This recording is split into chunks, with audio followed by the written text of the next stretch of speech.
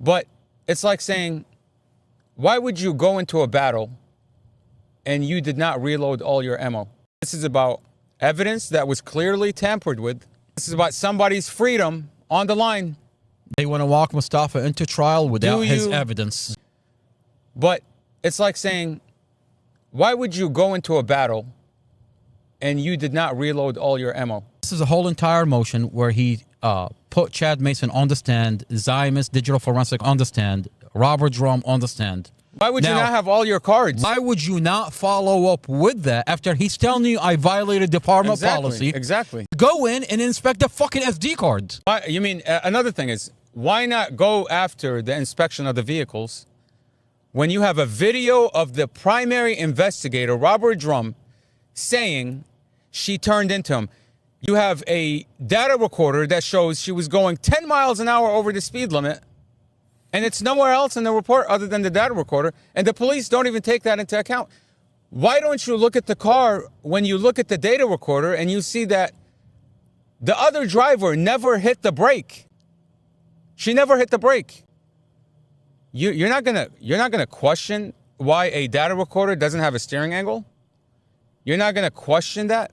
I mean, you want to get to the bottom of this case, you look at the steering angle. Was Mostafa turning his vehicle toward the SUV or away from the SUV to the fourth lane? There's a steering angle. Was the SUV... Why is that steering angle omitted from this case? Why is that steering angle omitted from this case? 2.5 years later, why is that such a difficult task for any lawyer? Then when you hire an independent expert to inspect the vehicle, Robert Drum tells him the prosecutor said you cannot touch this vehicle, cannot touch the other vehicle. There's a judge order that he's supposed to be able to touch the vehicle and reconstruct this car. That body cam where you say Robert Drum blocked him from looking at the car, Casey Stevens didn't push back on it. He said, hey, yeah, whatever the prosecutor says. That conversation is not in any of the reports. The only way you're going to find out that this crash investigator didn't complete his job is if you look at the body cam. Then you watch the body cam. And they're telling him you can't. They're blocking him from... I have to take the tire out. I have to look underneath the car. And they tell him, nope, you're not allowed to do that. They're terrified. But in the report, they say the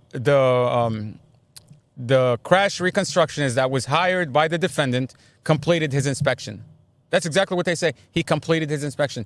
You look at the body cam and they're telling him, no, you're not allowed to inspect this car. Sarah Sammy said... Matter of fact, you're not even allowed to look at the SUV. You can see it. Yeah, you're not allowed to go over there. That's crazy.